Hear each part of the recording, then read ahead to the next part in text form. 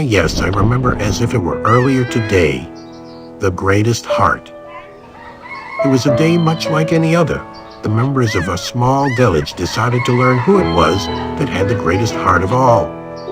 They stood on the village green, and a young man stepped forward. "I have the greatest heart of all," he said, as he held out a hand-sized heart which he wore as a necklace and showed it to the villagers. They were in awe of it. It was perfect, not a mark on the unmarred, smooth, delicate surface. The young man smiled. "Whoever I find that has a greater heart than mine, I should be his brother." A small, withered old man stood on the green. "My heart is much greater than yours," he announced. He showed them all his heart. It was cut in many places. Gashes were all over its surface. There was much scar tissue and many holes. Some of those holes were filled with mismatched pieces of other hearts, and some were not filled at all.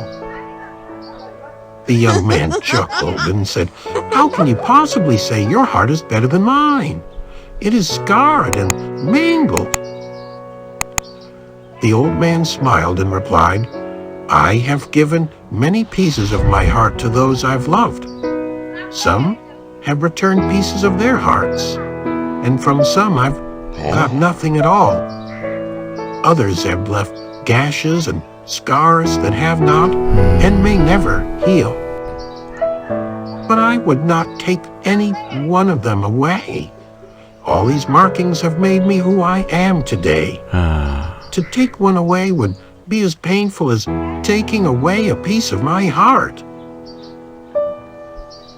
Well, the young man smiled, a tear in his eye.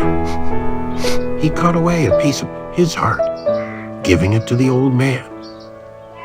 The old man took the young man's piece, giving him a piece of himself in return. Each placed the other's piece into their open wound, and from that day forward, they were brothers.